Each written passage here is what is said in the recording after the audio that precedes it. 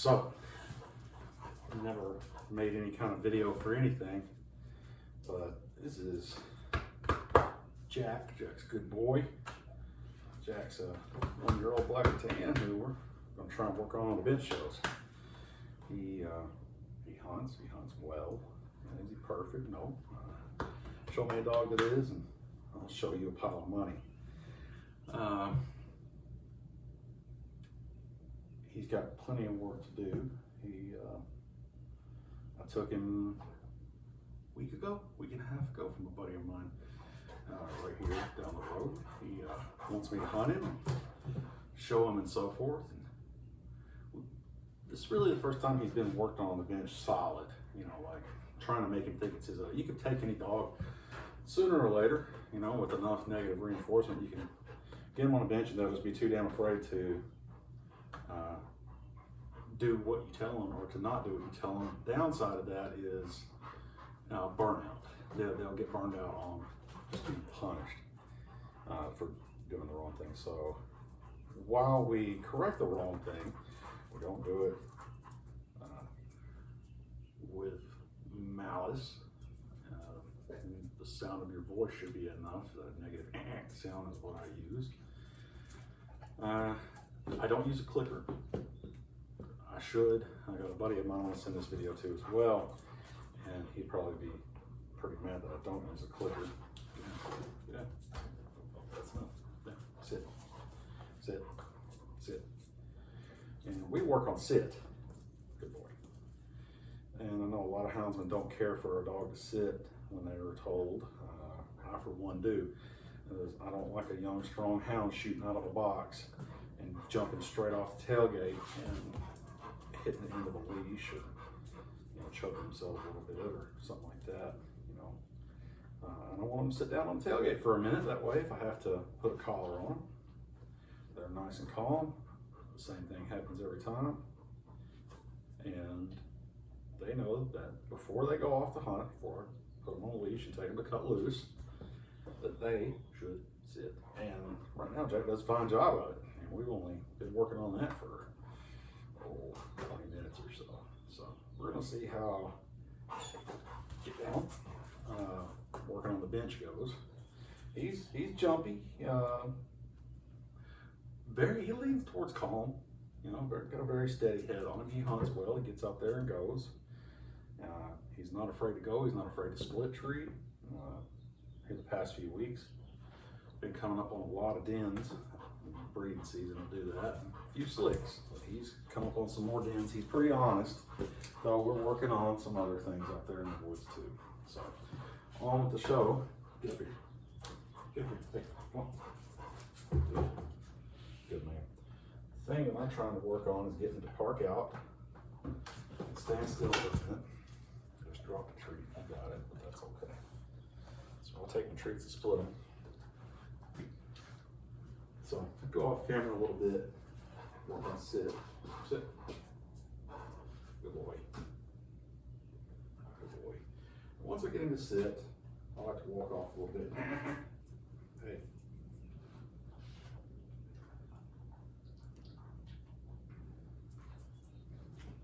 Jack. Sit. Good.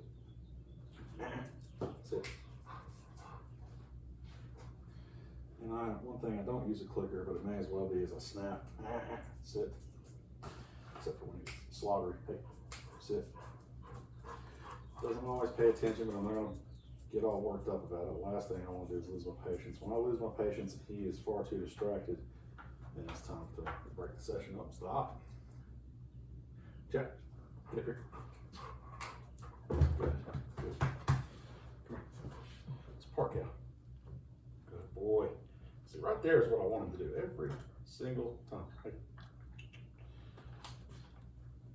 Hey, over here. Look. And we work with treats and love. Perfect.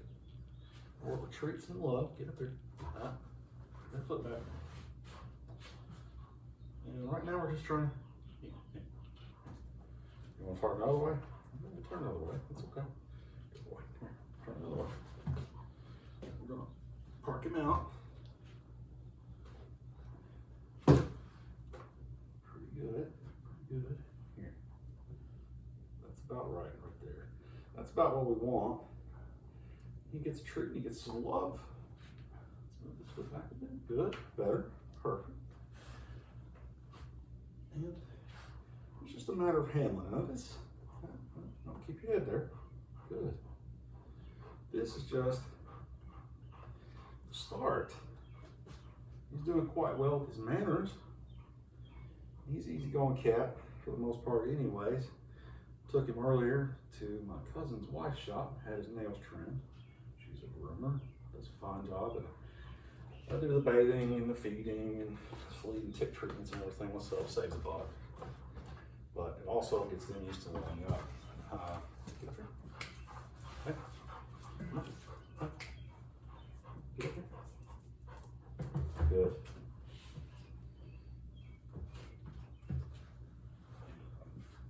Okay. Let's park out. Park out. Perfect. That's what move the back foot.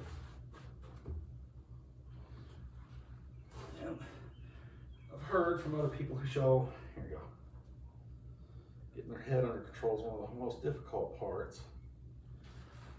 But once you have that under control, the rest of it falls in line. And we're working on controlling a little bit of everything, from nerves to head to sit to stay, general obedience. Yeah, you're a good friend. Sit down. Yeah, good man. Good. Okay. All right. And I use the same command for getting up on the table as I do for load. Most times load up, or get up. So it's the up, I think. Get up. Come on. Good. Good. And you park yourself out. Give you your snack. Fix you a little bit. Now he's holding pretty well his right foot for some reason. I can't figure it out just yet. Giving him. Perfect. Giving him some troubles. You have to figure out what it is. And he likes to break stance as soon as he gets his treat. We're going to have to work on that. I don't know what the right foot is. He keeps trying to shoot it forward. I don't think it's a point of balance. You can get him to park out pretty solid without coming out of balance. Jack, come on. Jack, up. Up. Now we're going to work on sitting while you're up. Sit. Hey. Hey. Sit. Sit. Sit. You can't see me good. You can't see past the end of their nose very well. There you go. Just kind of give him some gentle guidance once he's on the bench. I'll let him turn which way he wants to now in the shows. I'll manage that because it's really a unidirectional show. Once the first dog mounts the table, and that'll be up to that handler's discretion, the rest of the dogs really need to mirror that. And while they're up there, good boy, he's holding that position. See, this right here is what I want. He's controlling his head. I got very, very, very little pressure on his head, just guiding him. His feet, he's keeping them nice and still. He's looking up. He's nice and square in the chest, pretty square in the front. Feet are on plane even. Jack, easy. No, you gotta get back. Hey, park up.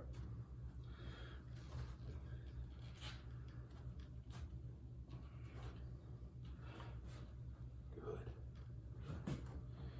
Get that one back.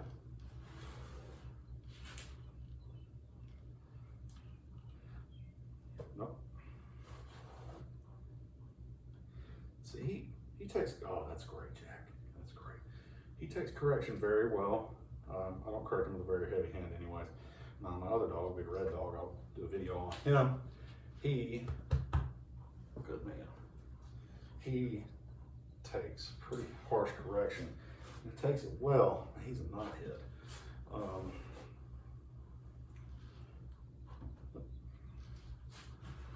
And you can do the thing where you tickle the chest a little bit, pull him forward, just like that. And all I'm doing is pinching a little bit of flat skin on his chest and just gently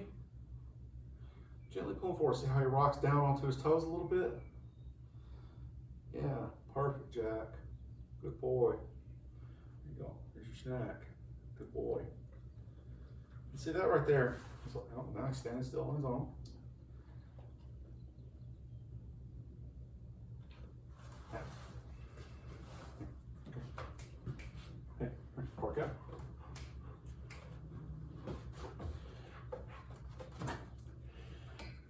since he's only one, I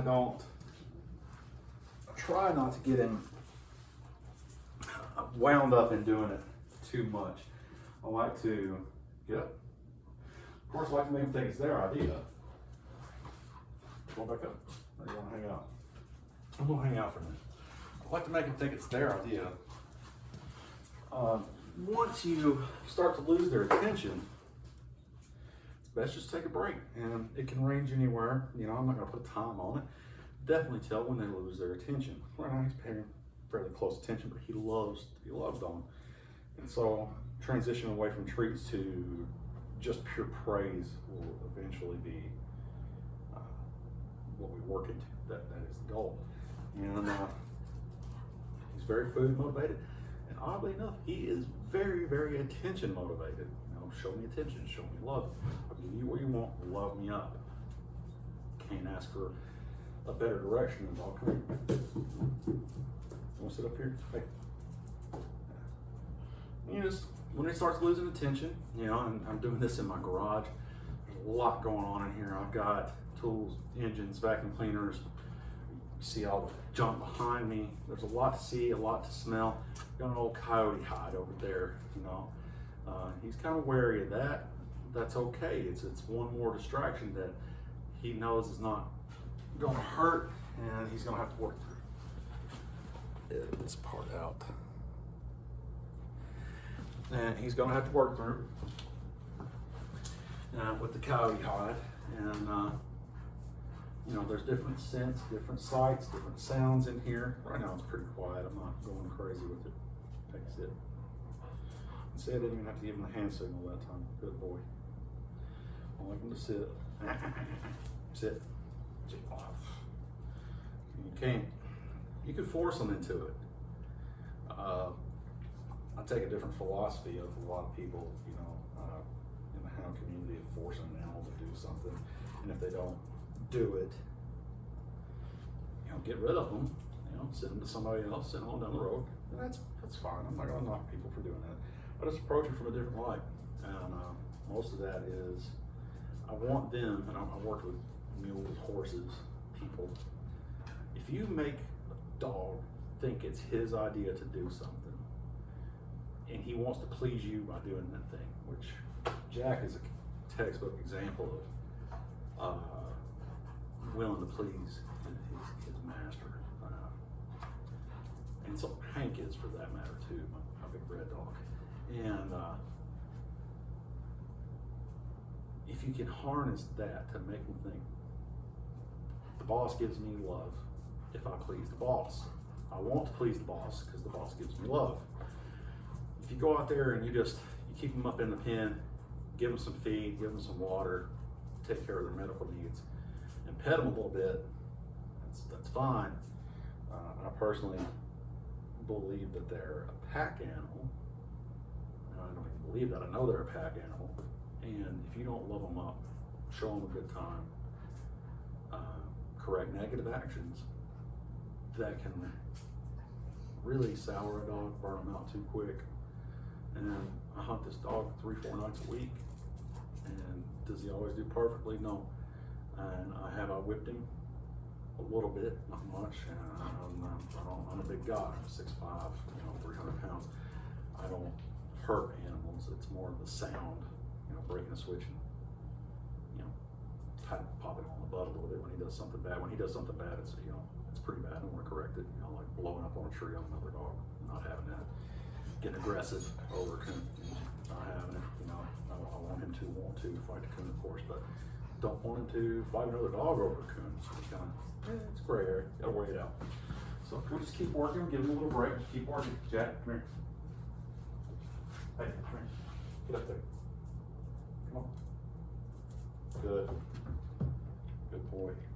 And right now, we've been working on this maybe past 30 minutes. Okay. Okay. Go over here. Over here. Pay attention. And once he gets to where, gently parks his feet on his own, gets on his toes like I want him to. Push that back a bit, Jack.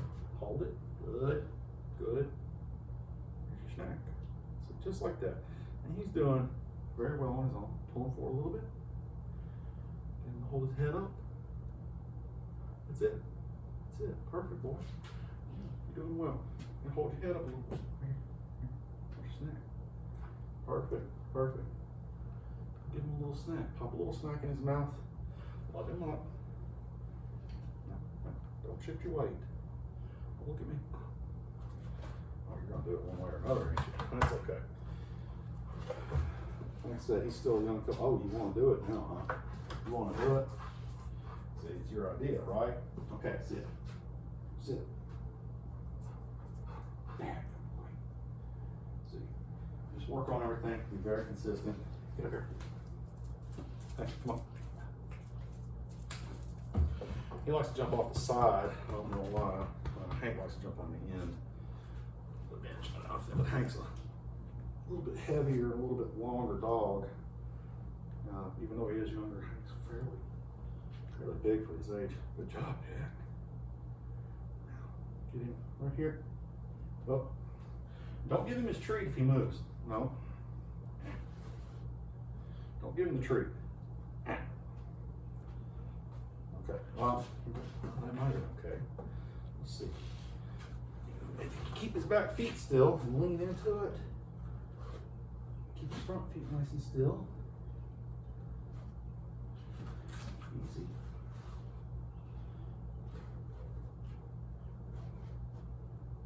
Right there. Nope.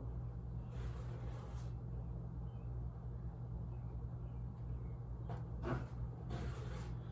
know what. Watch yourself. Good boy.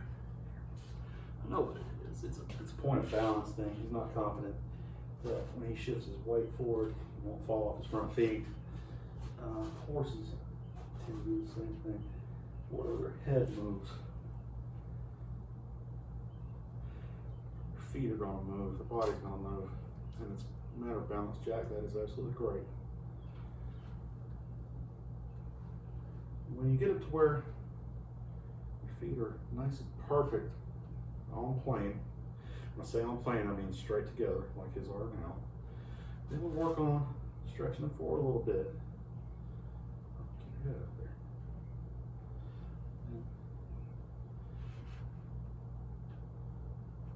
Beautiful. Good job. Good boy. Just give me your snack. More snack. See, he'll get to the point, enough work, that he will, right there, see, I can take this, stretch him out a bit. See, he wants to shoot the far foot forward, and that right foot's getting in trouble. I don't know why.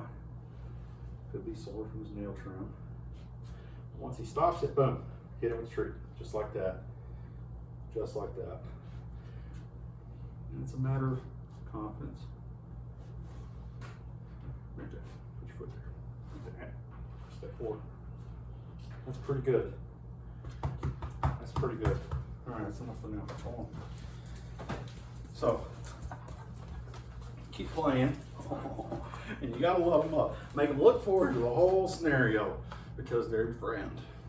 You may be a hunter who only cares if they hunt, that if they don't lead good, you may not care about any of it other than putting game in a tree.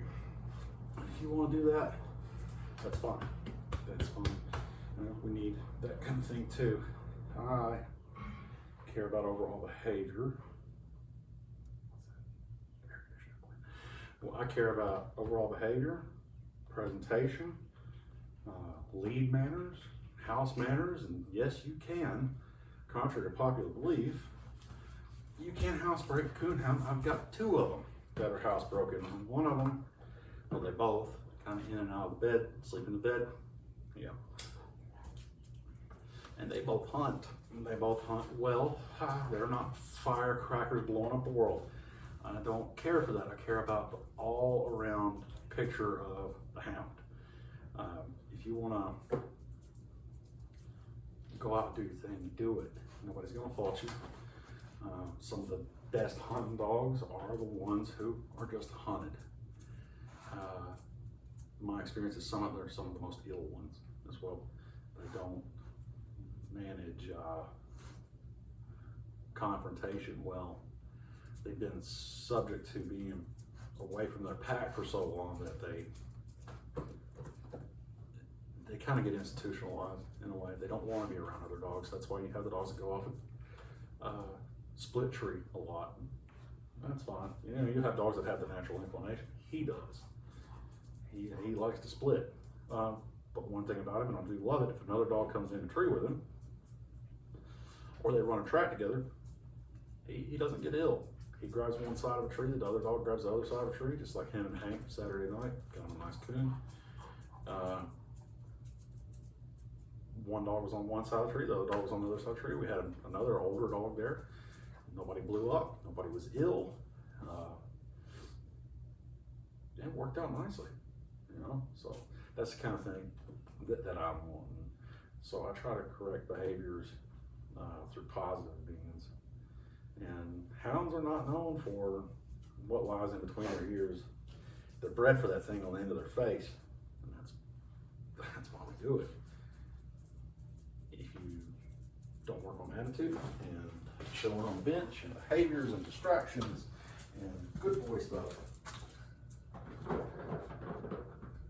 what good does it do? Well, you got a well-mannered dog around kids. Get up. Good. Let's park out. Come here. Try it again. Come on.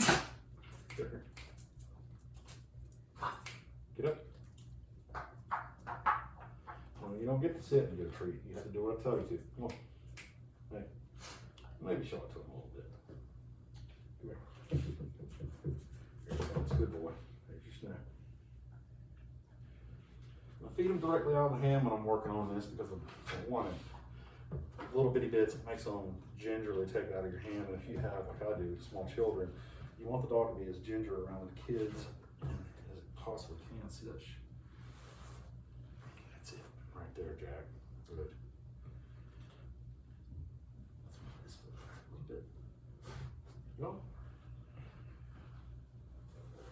I'll fool with his feet a lot, as you will with any of them, because it's a confidence issue. They don't have their feet full with,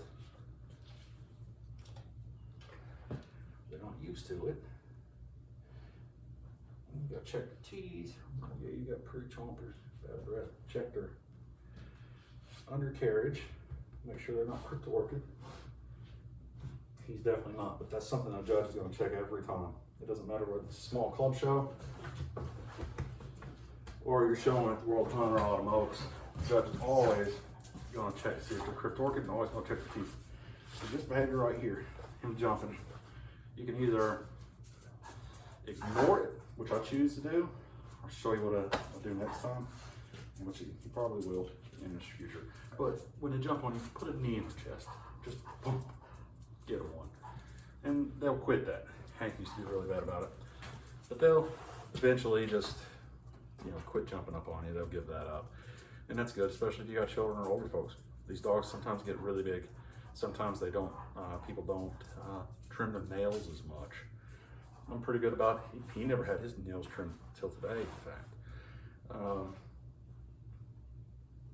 We want to make sure that they're not hurting anybody, and jumping on people is one thing that you definitely want to avoid at all costs, especially if they're starting to get up. Get up. Come on, get up. Come on. You know what to do. No, we're not sitting. Get up. That's it. He's a pretty athletic dog. Pretty athletic. Which a lot of hounds are very athletic. Good boy.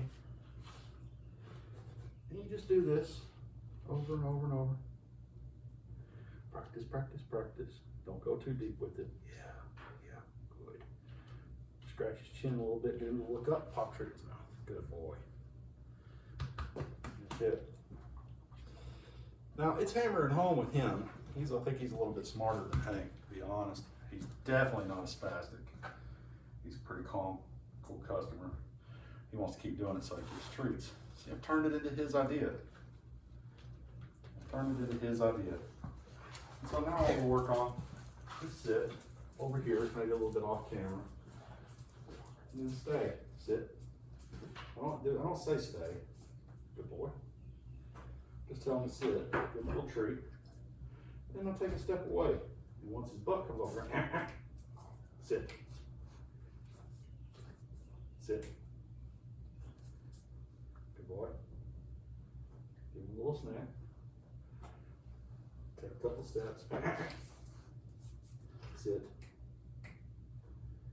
He doesn't want to do it right now, that's okay. So he wants to follow me everywhere. That's perfectly acceptable to me and part of leash training. He just sat on his own, so we'll give him a little treat. That's good. I'm gonna walk over here a little bit. Sit down. Sit.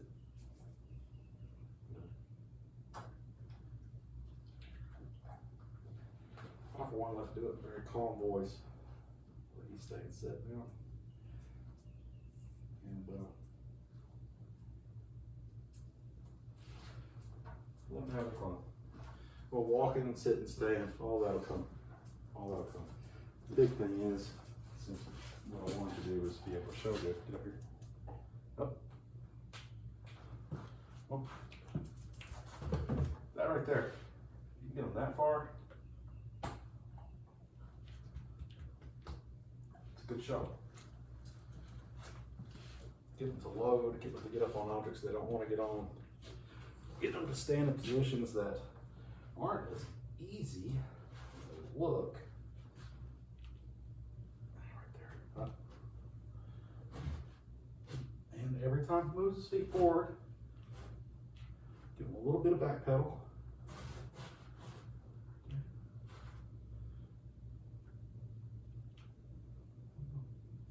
Tickle his chest a little bit. Get him to hold his head. Right there. Good boy, Jack. Give him a little snack. Curl his tail up. Some dogs curl their tail all on their own. Hank does. Jack doesn't. See, you let it go, it drops right down. That's fine. It's a physiological thing, but it's not a natural reaction. Although he can curl it up on his own when he wants to. Good boy. That's all I can ask out of him. All right, have a good day. We'll show you another one later.